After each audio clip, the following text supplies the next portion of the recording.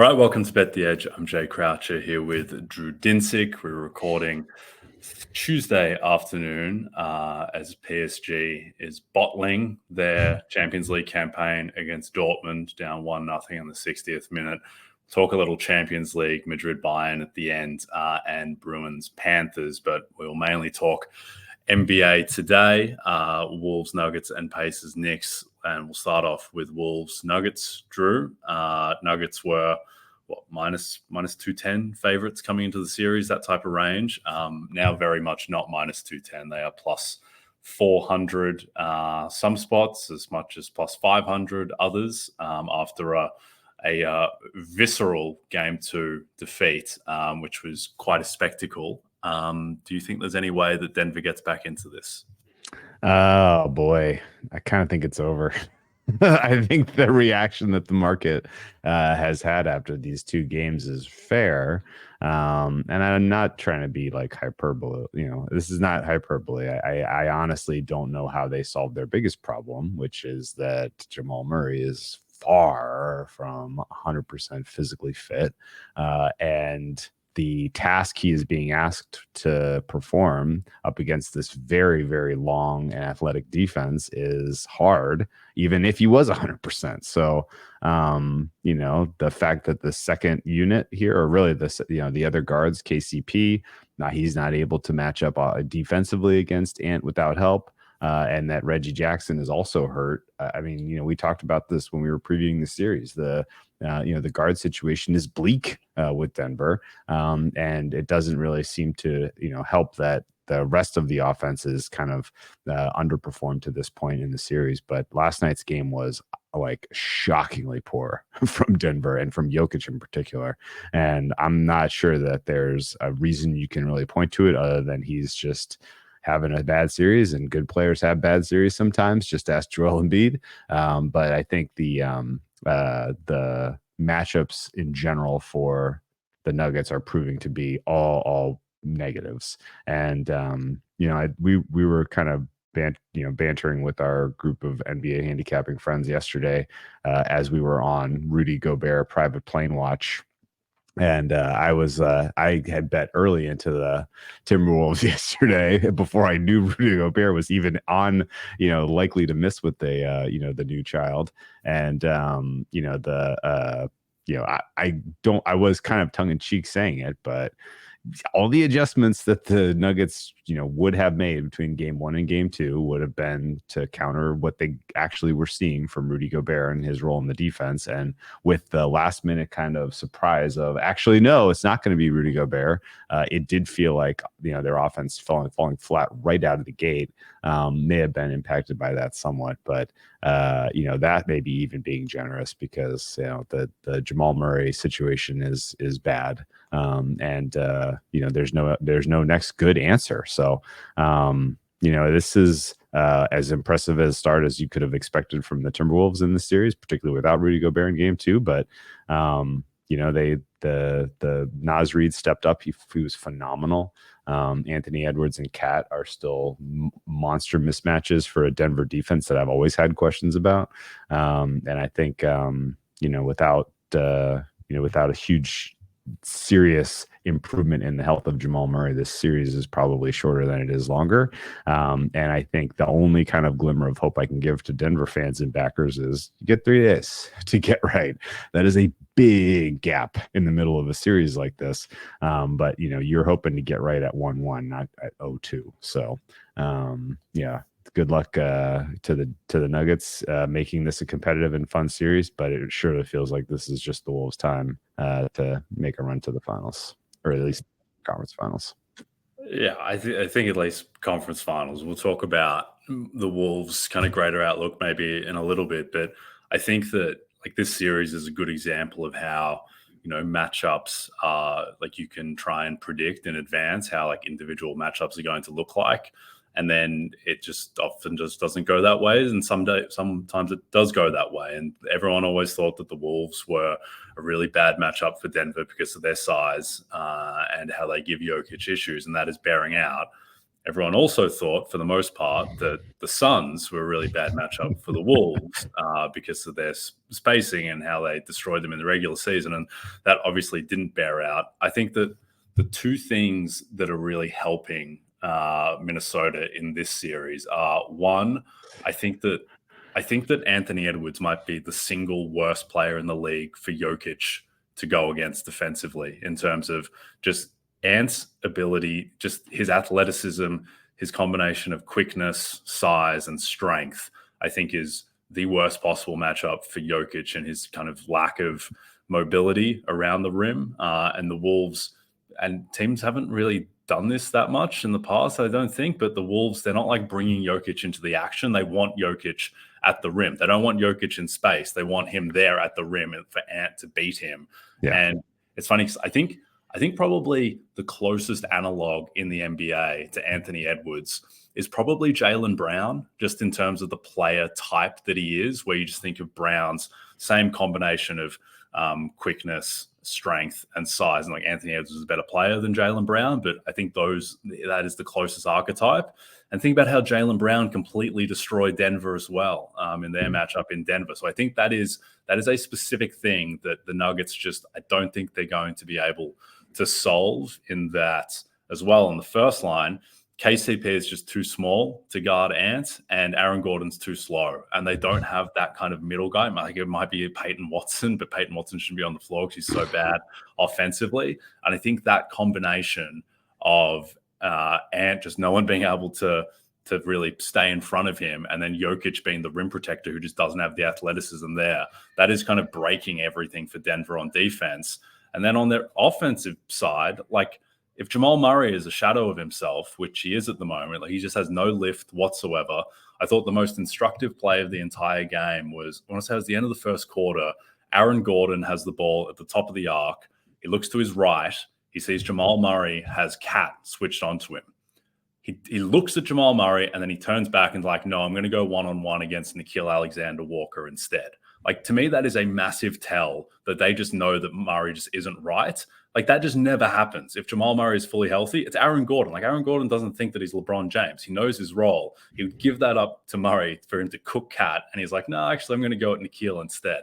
And then I think it resulted in a turnover. So I just think that if Murray is in this state, like, they just don't have enough good players on offense outside of the best offensive player in the game. But I think Jokic, what have you made so far of Jokic in this series? Because I've never seen him this rattled before.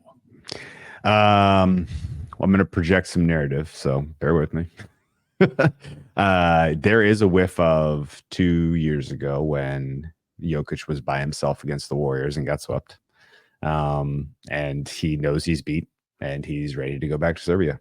Like, there is a whiff of, like, hey, he played very hard this year. Let us not forget that the Nuggets title defense started off with a big portion of the early season where Murray was also hurt. And was it Michael Porter Jr. also missed time? I think Aaron Gordon missed some time. Like, there was a big portion of the early season where the big man just put this Nuggets team on his back and was like, we are going to defend our title, and we're going to do it honorably, and we're going to try to get the 1 seed. And they pushed a ton. There was a lot of effort expended coming out of the All-Star break at Mike Malone's, kind of urgency. Like, hey, guys, we got to play harder than and we can't take this time of the season off. And I think kind of the exhaustion of going through the entire play. And again, like, Jokic, a guy I've never pointed a finger at and said he can't handle the distance. He doesn't have the stamina. Like, he does. Like, we know it. Like, guy went 4 overtimes against Portland, came out the next game and played another 48 minutes. It was amazing. Like, we know he has the stamina, but I think ultimately it's tough for me to not look at the way he's performing and say it has less to do with the matchups and what the Timberwolves are doing and more to do with just man, I don't know how much longer I could carry everything. And if Murray is as singularly incapable as he seems to be, then, let's just get this over with. There's a whiff of that. Am I crazy?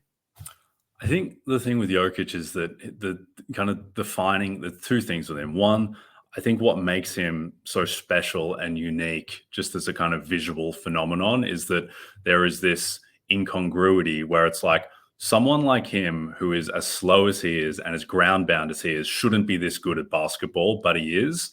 And now this series is being like, well, he kind of looks slow and ground bound out there at the moment. And then the other thing is that I just think that the other defining characteristic of him is just that he is in constant control. The game operates on his own clock. Like, he is never sped up. Even if he is like falling out of bounds, it feels like he has an extra half second to make the perfect decision. And this series, he's not. Like, he's super sped up at the moment.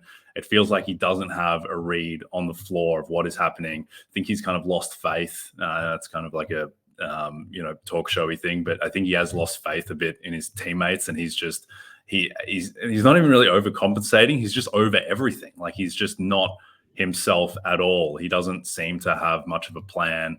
Like, there's just no reason why. Like, I understand the Wolves are an amazing defense and they're tenacious, but like, Rudy Gobert's out. Like, he's not playing on Monday night. Like, there's no reason why Nikola Jokic should be getting repeatedly blocked by Naz Reid. Like, it's insane. Like, what's wrong? Like, I don't know how that is what is going to happen there. My assumption is that the rest of the way, I think the Nuggets are going to play a lot better. I think they'll play a lot harder and not just, spit the dummy and throw their toys out the pram like they did in game 2, where like they just didn't want to be out there. Like, Jokic's body language was terrible. Jamal Murray, we're recording this Tuesday afternoon. I don't think he's going to get suspended for throwing the heat pad clearly at the referee onto the court. And then also what? Yeah, he's just lost it. And he's making the money sign like Rudy Gobert did to the refs as well. Like, he just completely lost the plot. The whole team lost the plot. I do think they're going to play better the rest of the way. I think the games will be closer the rest of the way. And I think they're going to lose the series because they just don't have I just don't think they have as much talent as Minnesota if Murray is going to continue to look like this. Now, the one thing with Denver is that this 3-day break, I think, is massive for them. Yeah. And I would think they would be completely cooked if this game was, one day in between games. But the fact that there are 3 days, I don't really understand the mechanic of this Jamal Murray injury either. Like, what's wrong with him? Like, does he have a small tear in his calf? Like, how is he able to score like 32 against the Lakers in game 5 and walk them off?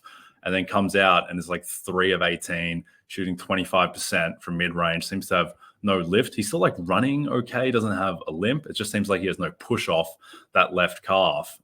So if he is able to get back, then I think there is a chance. But ultimately, I think this goes back to what we've been talking about, where like statistically, there's just no reason to think that the Nuggets were ever like significantly better than the other teams remaining in the West. It was this kind of deification and hagiography behind Nikola Jokic and the run that he had and being the 3-time MVP. But like, this team is like really relying on like Justin Holiday and Reggie Jackson and Christian Brown and Peyton Watson. Like, it's not a great team after the first 5. And if Murray is going to look like this, if you like right now, I think you should treat Jamal Murray like he's like D'Angelo Russell. Like, that's probably the player he is right now. He might be worse than that, honestly.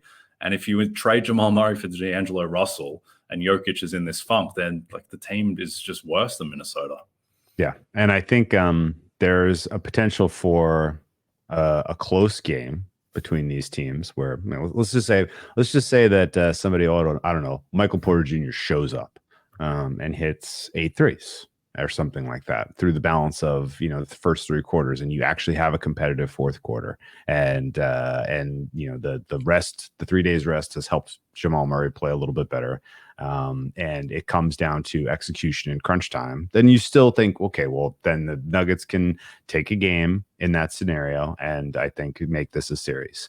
I would look at specifically what Murray and the way he's playing, and I would say if I didn't know better, it would seem like he's getting some sort of medical attention at halftime that is helping him perform better in games where they think they have a chance to win.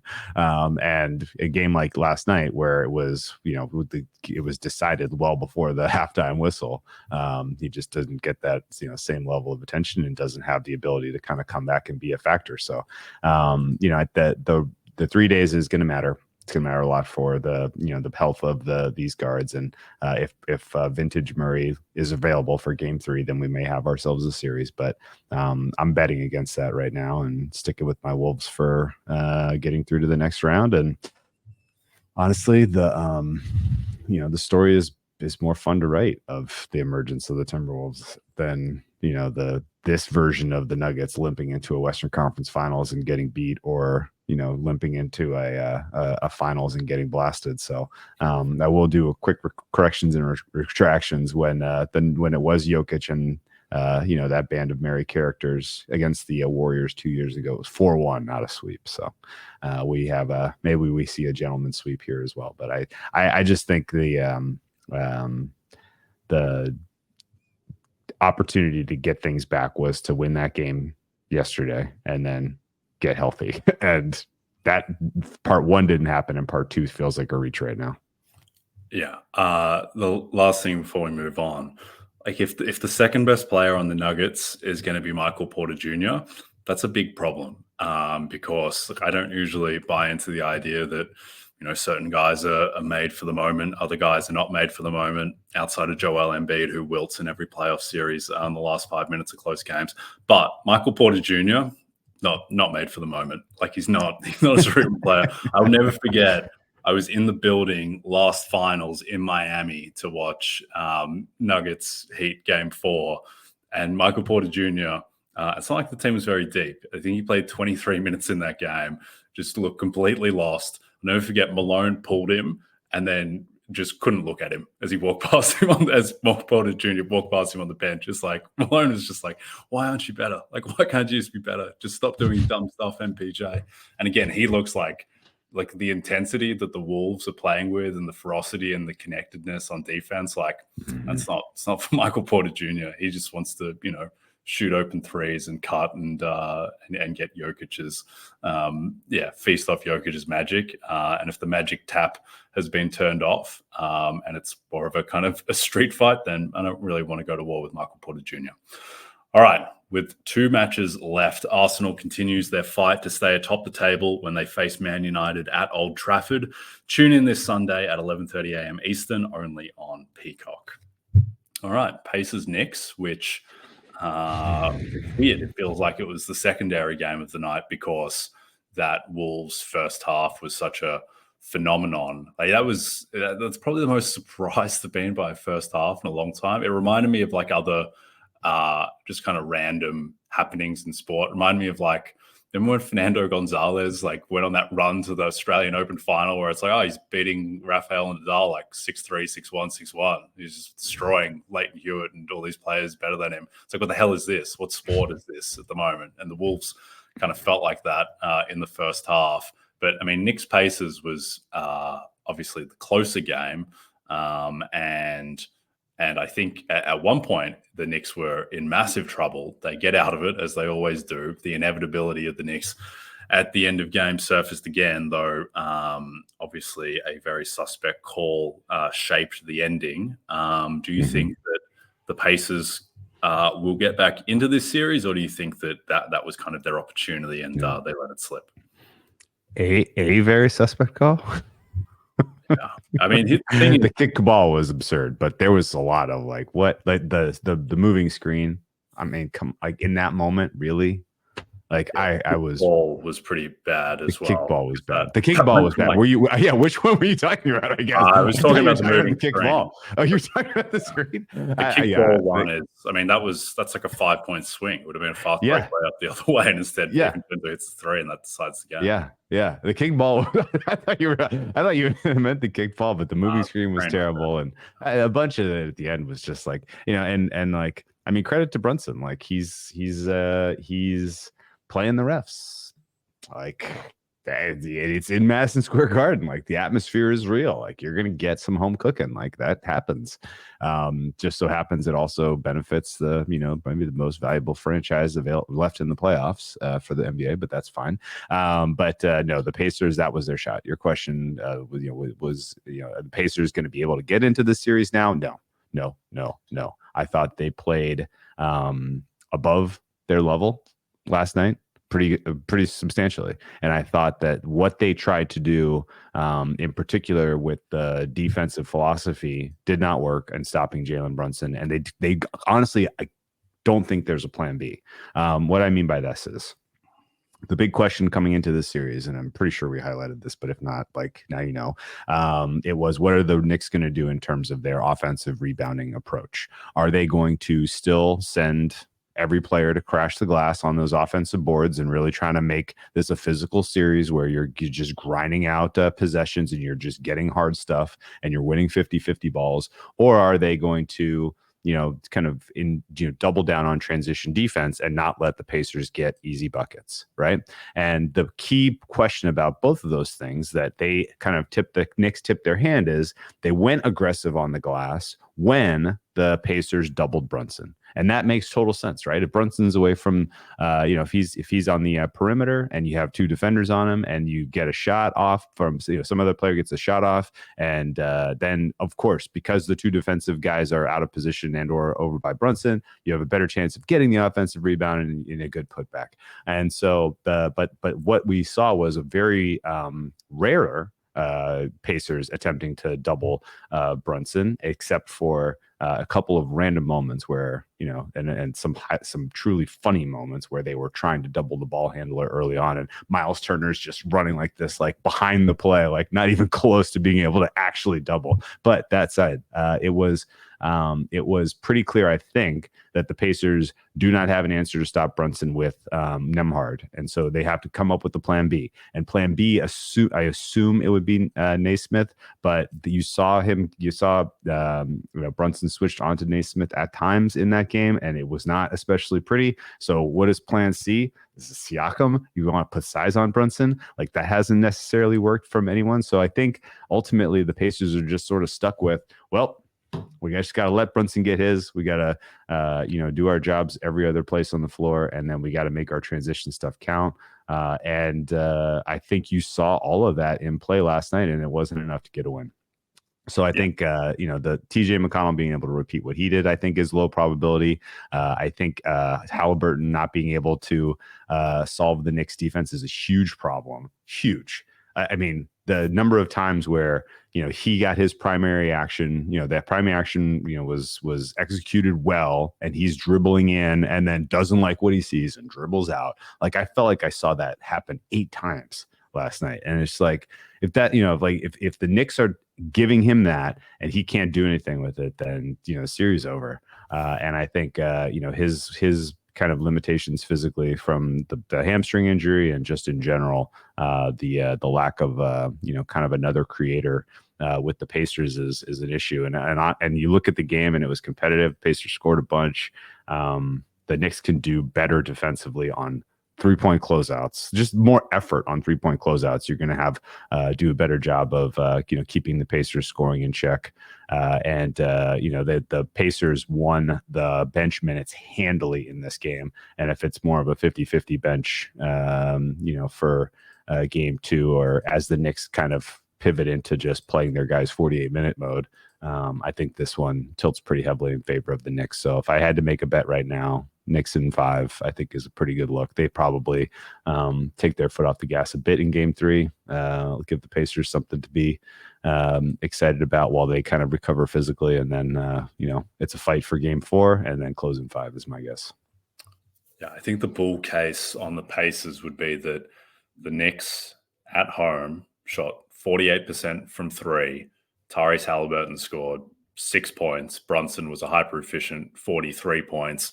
And they needed 2 kind of garbage calls to win a game by 4 points at the death. Now, the bear case on the Pacers would be that Tyrese Halliburton scored 6 points, and any kind of path for them winning the series relies on Halliburton being the guy that he was pre-All-Star break. And I think now it's like the Murray calf thing. Like, you just can't project that health is going to magically appear when there's a pretty sustained sample of it just not appearing. I also think that the Knicks will do better on the offensive glass going forward. I also just didn't think the Knicks played very well Right. for the first 3 quarters. They're just sloppy. They had 14 turnovers. The Pacers only had 7. And the fact that they were able to not really play well and still come out with a win. I would actually put Siakam on Brunson. I think the guy who was given Brunson the most trouble, I think it might have been Fred Katz who said that this is the guy who gave Brunson most trouble in the regular season too, was Kelly Oubre, where Oubre, who's not known as like a lockdown defender, though I don't think he's the liability that he was earlier in his career. He's just long and he's at length and he's disciplined. And I think that is the only thing that can really trouble Brunson. And you might say that, you need Siakam's size. Elsewhere, it's going to tire him out in offense. Like, I don't care. Like, Brunson's the whole team. Like, Brunson's everything. Like, the only chance you have is if you stop and slow down Brunson. Neesmith just can't go. And Neesmith's he's too foul prone. He just puts his hands in the cookie jar way too much. Brunson's too smart for him. Nembhard's just too small. Brunson was just ultra confident, like at the end of the game. He's like, all right, I'm just going to back you down to the free throw line and then basically just take a free throw. Just can't stop you. So, I mean, I just think this series is going to hinge on whether Halliburton resurfaces, and I don't think there's much reason to suspect that he will. Last thing I'll say is that I love this Knicks team. I love my Knicks. It was an absolute disgrace that Dante DiVincenzo sold out on that screen at the end from Miles Turner. I know he got the call. You cannot do that in that spot. And it's a shame in terms of the basketball gods. Not a shame because I wanted the Knicks to win the game, but a shame basketball god-wise that he was able to get away with that because he absolutely didn't deserve to. And it should have been, and Nate Duncan talked about this on his pod, should have been a flopping technical on DiVincenzo, even if you think it is a moving screen. Like, there's no way that the contact from Turner forces you to move your limbs the way that DiVincenzo did. Like, it's a joke. But for me, a pleasant joke. And glad he got away with it, but he didn't deserve to. Do you feel like 4-1's coming? Because the being at home in Game 3, and maybe like my guess is from Rick Carlisle's sort of tendencies, he's not going to make a massive move on defensive assignments in Game 2. He's probably going to go, if anything, move down one notch to Neesmith, and I don't think that works. So I think maybe if we see Siakam, it's probably going to be Game 3. You'll probably have a little bit more fluidity in the offense with Halliburton at home. The shooting might be a little bit better, even though the shooting was good. But shooting might be a little worse for the Knicks. I mean, I don't know that we see another game in this series with DiVincenzo hitting 5 threes. But I think there's one game in Indy for Indy, but I ultimately don't see how they, if they didn't get this game, how do you get a game? Yeah, I think like 4-1 is certainly the likeliest outcome, though certainly like a massive dog against the field. And then I don't know how the market's pricing it, but I would guess that like 4, 6, and 7 games in the series probably all like similar likelihood. But I think that 5 is most likely, and you would set the over-under at 5.5, slightly backed under, I think. Okay. So yeah, I think this will probably be relatively short series, but geez, this Knicks team isn't that good. Like, it's just not that good. And I think, and it's a shame because I do really like the team. I think they're just going to get absolutely rolled by Boston if Porzingis is back, and if he's not back, I think they're still going to get rolled by Boston. It'll just be a little bit closer. But yeah, with everything going on, like the Celtics, I think I'm at the point now where I would take Celtics title over the field for the first time all season, just because of the plight that Denver is in. What would you do there? Would you take the field or Boston? Boston. Yeah. At Pick'em? Yeah. Or at price? At Pick'em. Like, who would you say? Yeah. Boston over the field. Yeah. I think it's close. I think they're probably like minus 105 fair type of thing. But I would be taking Boston now. I think if you just kind of math the foul, they're minus 3,000 to beat the Cavs. So it's basically a walk according to the market. And then they're going to be heavy favorites against the Knicks. And then I think that they're going to be, not as big favorites against the Wolves or the Thunder or, Mavs, Nuggets if they get there, but certainly going to be clearly odds on. Here's one I don't really understand. Like, Celtics to win the East is only minus 380. Like, you're telling me that you're basically saying that right now with series prices, it's almost certainly going to be Celtics Knicks with a small sliver of a chance that it's going to be Celtics Pacers. And you're giving me 380 there. That's not good. That's not high enough. I think the operating assumption is that Porzingis will he's probably back like game 2, 3 of the Eastern Conference Finals. Like, if that's the case, then I think they're going to be, in terms of what the market would open the Celtics at. Like, are they going to open, if you presume that Porzingis is there for the bulk of the series against this Knicks team, like Celtics going to be like minus 600, aren't they?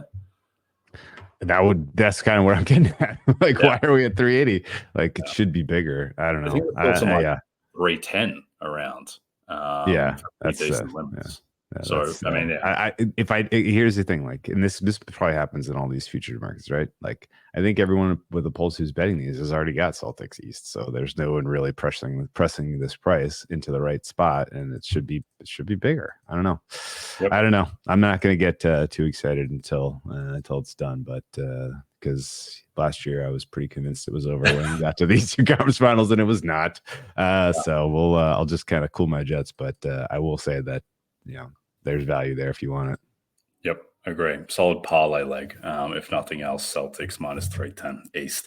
All right, the road to the Indianapolis 500 later this month continues this Saturday at 3:30 p.m. Eastern with the Indy Grand Prix on NBC and Peacock. Find out who takes the checkered flag at the Indianapolis Motor Speedway road course. All right, a couple quick thoughts on soccer ball and hockey ball before we get out of here. Real Madrid Bayern, blockbuster clash for the right to seemingly face Borussia Dortmund in the Champions League final, which is just completely insane. Like, I watched a lot of Dortmund last year in particular because I had a bet on them to win the Bundesliga, and watching that team melt, I just cannot believe they're going to be in a Champions League final after that. But Real Madrid minus 110 on the three-way money line, and they are minus 225 to advance. They were plus 120 to win the Champions League before PSG Dortmund started.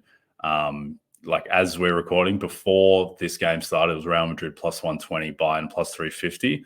The market should be shortening both of those teams fairly significantly, given that Dortmund is going to be seemingly the opponent instead of PSG. Maybe a little bit slow to do that. We'll see. Market usually isn't too good at doing that for whatever reason. But what do you think here? Are you sweating anything in this game? No. Match. I'm losing everything in soccer. I had PSG. I had PSG to get to the final because I thought this was, I thought their path was so much softer than the market wasn't really accounting for it. They're not going to get to the final, despite winning the XG right now, 2.8 to 0.7. That is a very lopsided game for a game that not only are you not winning, you're losing. Amazing. I lean Real Madrid here. I don't have a strong read on this matchup. I thought the first leg 2-2 draw was a little I guess I don't know. I thought it was a little bit favorable to Bayern personally, and I think the statistics would tell you that was fair. But I kind of watching the game and sort of the game flow, I thought that the penalty that Kane got at 57 was a little bit of a gift, and I know that they gave one to Real Madrid late that equalized, but I thought Madrid outplayed Bayern Munich by a decent amount in that game, and I think if they outplay them tomorrow, then they basically are lifting the trophy, because I do not see Dortmund being able to put up much of a fight against these guys. And just in general, like the more I watch Real Madrid, the more I'm impressed that they're just able to do this at this level and gear up from the way that they play in La Liga, which at times is a little frustrating and disappointing, and then bring their top level in these Champions League matches. It's quite impressive, and these guys are not to be trifled with. I think the likely outcome here is Real Madrid with a clean kill, and Bayern, I'm not exactly sure if there's adjustments they can make to try to help themselves get a leg up, particularly in Estadio Santiago Bernabeu, but I do think that this should be at least a fun match to watch, and Real Madrid probably comes out 1-0, 2-0 in my opinion. I think it's going to be more defensive than the 2-2 match we saw in first leg. Indeed. As a 19-year-old, I went to the Bernabeu to watch a Madrid derby between Real and Atletico, and it is the steepest stadium I've ever been in, and I was right at the top because I had no money whatsoever when I was 19 years old. So I'm not sure how the steepness is going to factor into this handicap, but I think that Real Madrid are a difficult team to kind of process one's feelings about how good they are, because they're a team that, like, in these big games, they don't dominate possession. Like Bayern controlled possession at the Allianz in the first leg, but Real Madrid, they operate in moments and in counterattacks. And I think just kind of when you're thinking about like what team you want to bet on, you kind of gravitate naturally to the team that is more in control and has the ball. But Madrid have just shown year over year over year that they can suffer, to use a Spanish kind of football media term. They can suffer and they can absorb, and then they just kill you on the break. Now, I do think this is interesting because in this matchup, what Bayern have struggled with all throughout the year in the Bundesliga is they just can't break down teams that have low blocks. And when you're Bayern Munich and you're better than every other team in the Bundesliga, outside of maybe Leverkusen, you just face teams that have low blocks all the time. They just don't have the kind of midfield ingenuity to break that down. And so some of their games just turn into a slog where they just don't look very good. But when they play, I think the reason they've really thrived in the Champions League is that they're playing other powerhouses, and they're a team that operates a lot better when they're on the break. And Real Madrid aren't going to set up with a low block at the steep Estadio Santiago Bernabeu. So I do think there is opportunity for Bayern to kind of play a game that is more natural for them. I think Thomas Tuchel has become really underrated because he's kind of gotten screwed by XG this year, and Bayern's had a really disappointing season. So everyone thinks that he's a little washed. I thought he won the tactical battle against Madrid in the first leg, where he did something at halftime where first half he had Musiala and Sane playing on their kind of natural wings, and then he inverted them in the second half, and then that's how they got the goal from Sane, and then it was Musiala who drew the penalty as well, cutting into the right.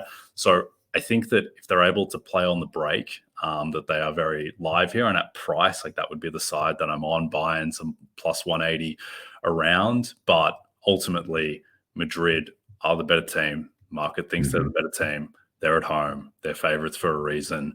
Bayern are playing like Eric Dyer at centre back. Eric Dyer was like struggling to get a game for Tottenham, and now he's like the Bayern Munich reliable centre back because Kim has been it was not good in the first leg. So, like, I think Real Madrid will probably progress, but at price, Bayern would be my bet, just with the stylistic matchup. What's Eric Dyer? Let me see. Yeah, Eric knows the assignment. Jay, he knows the homework. Park the bus. If you can make this a zero, if you can really muck this up and really kind of prevent Real Madrid from getting their nose ahead, then you can open up a counterattack late. And I think the way I've played this, and again, like, I'm losing in soccer, so I'll take it with a grain of salt. First half under 1.5, minus 123, I bet, and full game under 3 at minus 110, I bet. So I'm looking for more of a defensive mindset and more of a keep guys back mentality for Bayern Munich here, in the hopes that they can just create a counterattack late, steal a goal, and sneak their way into a final. But ultimately, I think it sets up for the pressure finally breaking them down, and Real Madrid getting through 1-0, 2-0. Yeah, I would feel a lot better about Bayern if their starting back line, their starting centre back pairing wasn't Kim and Eric Dyer, neither of whom I have any faith in whatsoever in this spot. But yeah, I will say that, like, if you're somewhat new to soccer, like, this is a great game to tune into, because one, like, Madrid, Bayern, these are two of the great powerhouses in global sport, really, and both of them play, for any of their flaws, they both play very attractive attacking football. The first leg was a magnificent spectacle, so certainly a good one to tune into. Not as good of a spectacle, perhaps. Bruins-Panthers in the National Hockey League. Game one was a little bit of a defensive slog until the Bruins kind of broke it open late, though the Panthers pulled their goalie very early. But the Bruins win as dogs, and they are now very slight favorites in the series, minus 115 to the Panthers, minus 105. There's a lot of disparity in the market on the Panthers in particular, and really just the Eastern Conference in general. And this will change after Rangers Hurricanes gets played Tuesday night, which you will know the result of, and we don't yet. But there is an interesting quirk right now, Drew, where Circa, who, in a nutshell, I think probably the best in the market at pricing these types of markets, just because they take the most liquidity from sharp clients. Circa have the Panthers, as we speak, favorites to win the Eastern Conference, and the rest of the market has the Panthers the fourth and last favorite to win the Eastern Conference. Now, it's the difference between I think it's plus 255 to plus 310, but it is interesting that Circa is certainly protecting the Panthers relative to market. But what do you make of this one? I didn't know that, and it looks like these four are pretty doggone close in terms of probability. Close, yeah, there's pretty close, and actually, I think that's the sense I get for both of these series, which is I don't think whoever I had kind of a semblance of an opinion that the Panthers were going to come through hot here, and that they were going to potentially be the beneficiaries of more rest to whoever comes out of Carolina Rangers, which I think looks like it will go long. But now I think with this loss in particular, this going 6 or 7 seems likely, at which point, you have equal footing with Panthers and winner of that series, or Bruins and winner of that series if that happens. And I think it was a pretty different style of hockey than I expected to see last night. I thought it was going to be a lot more defensive and a lot more, the goalkeeping I thought was pretty underwhelming at the end, in the end for the Panthers. But I thought it was going to be a little bit slower and a little bit cagier and a little bit feel each other out, and it was kind of wide open. So I guess anything can happen, but if the Panthers are going to win this, they need to turn around and they need to start scoring some goals. And I know they can do it. I know that they have the horsepower to do it, and I'm not especially enthused by the Bruins defense and goaltending, even though they did exactly what they needed to do to get them here, winning Game 7. But this is Panthers likely come back and level this 1-1 before maybe taking home ice back, getting one in Boston in games 3 or 4. I think we got a long way to go though for both of these Eastern Conference series. Yeah, I think this will be a long series. I have a lot of Panthers. Wasn't happy about the Game 1 result at all, and would very much like them to pull through this series. Need the Panthers or the Canes to win the East. I don't feel great about this series now after watching Game 1, where there's a couple things. One, this Florida team has been previously, pre-Paul Maurice, was famous for being this high-octane Phoenix Suns 7 seconds or less offense that would just score at will and then have defensive frailties.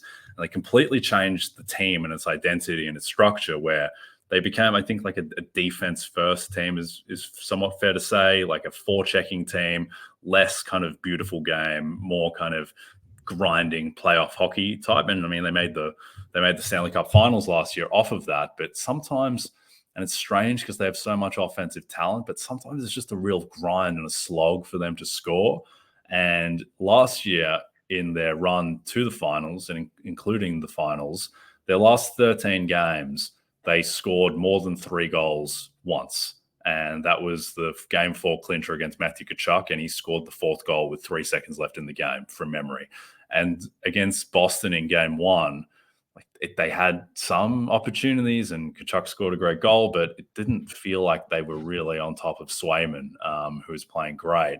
And then the biggest concern for me, though, is that Sergei Bobrovsky in goal for Florida, he had a great season overall. He was amazing in the playoffs last year. He had a fine series, a very good series against Tampa in round 1. He still is very shaky at times, and it feels like he's always a moment away from breaking because he plays a very aggressive style of goaltending. And there was one, he didn't play well in Game 1 just overall, and he allowed goals he probably shouldn't have. But 2, in the first period of Game 1, Bobrovsky is just hanging out behind the net when the Bruins are surging forward. And it's what are you doing, Bob? You need to get in front of your goal. David Pasternak's taking the puck away from him while he's behind the net. It's what the hell is going on? And so if Bobrovsky is going to kind of go in the tank, then they have a very capable backup, but it's not a great situation. So look, I think this is now a coin flip. The Panthers, this is the cruelty of the playoffs, and in hockey in particular, you lose Game 1 at home, then you go from decisively favorite to slight underdog. I think this series is probably going to be a coin flip. just like Canes Rangers is. We're recording before game 2 there, and like Stars Avs is as well. So it's all set up pretty nicely. But yeah, I think this is going to be a close series. Yeah. Well, I'm just waiting for Oilers Canucks to start. I don't know why. What are we waiting for? Yeah, that hopefully won't be a close series. Hoping the Oilers can take care of business quickly there, but we'll see. Anyway, we are done for now. Don't forget to check out NBCSports.com for more information to help you with your wagers. Thanks to those watching on the NBC Sports YouTube channel. If you're listening to us in podcast form, don't forget to rate and subscribe. And also a reminder to find all your favorite NBC Sports shows on Amazon Music. Just head to amazon.com/NBC Sports. From Jay Croucher and Drew Dinsick, we'll see you soon.